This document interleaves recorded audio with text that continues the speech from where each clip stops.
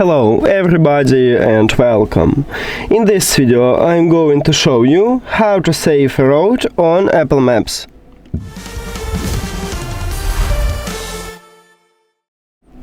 You have to start by open Apple Maps and now select destination. So let's say I want to navigate here.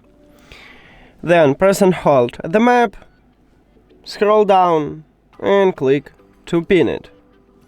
After that, click at the three dots at the bottom and select Create a Custom Road.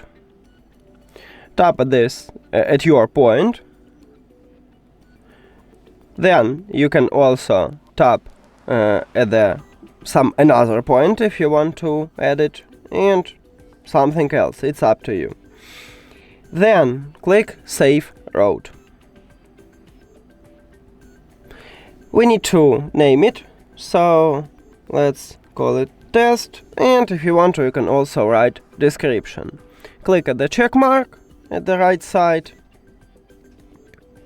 and now we need to wait until it save it. So maybe I will speed up it for you.